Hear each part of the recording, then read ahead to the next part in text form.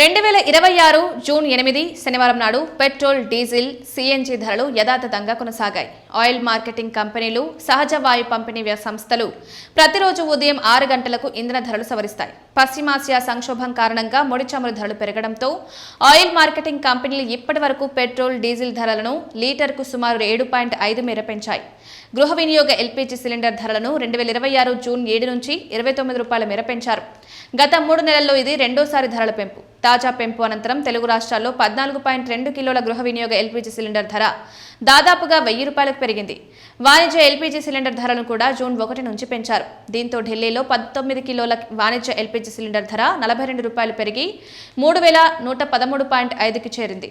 June 1 నుంచి ప్రారంభమైన పక్షవారానికి ప్రభుత్వం petrol, diesel, aviation turbine fuel పై ఎగుమతి సుంకాన్ని తగ్గించింది.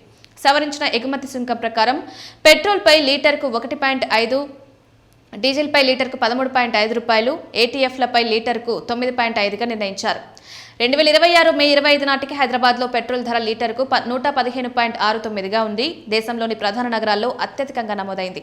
తిరువనంతపురంలో పెట్రోల్ ధర లీటర్కు 115.49గా ఉండి హైదరాబాద్కు సమీపంగా నిలిచింది. మరోవైపు జాబితాలో ఉన్న నగరాల్లో చండీగఢ్ పెట్రోల్ ధర అత్యల్పంగా లీటర్కు 98.1గా నమోదైంది. లక్నో, న్యూఢిల్లీ నగరాల్లో పెట్రోల్ ధరలు ఇతర మెట్రో నగరాలతో పోలిస్తే తక్కువగానే ఉన్నాయి. అక్కడ వరుసగా లీటర్కు 102.05, 102.12గా నమోదయ్యాయి. డీజిల్ విషయానికి వస్తే తిరువనంతపురంలో లీటర్కు 104.4గా అత్యధిక ధరతో నమోదైంది. హైదరాబాద్లో డీజిల్ ధర లీటర్కు 103.82గా ఉండి రెండో స్థానంలో నిలిచింది. భారతలోని నగరాల్లో చండీగఢ్ డీజిల్ ధర అత్యల్పంగా లీటర్కు 86.09గా నమోదైంది.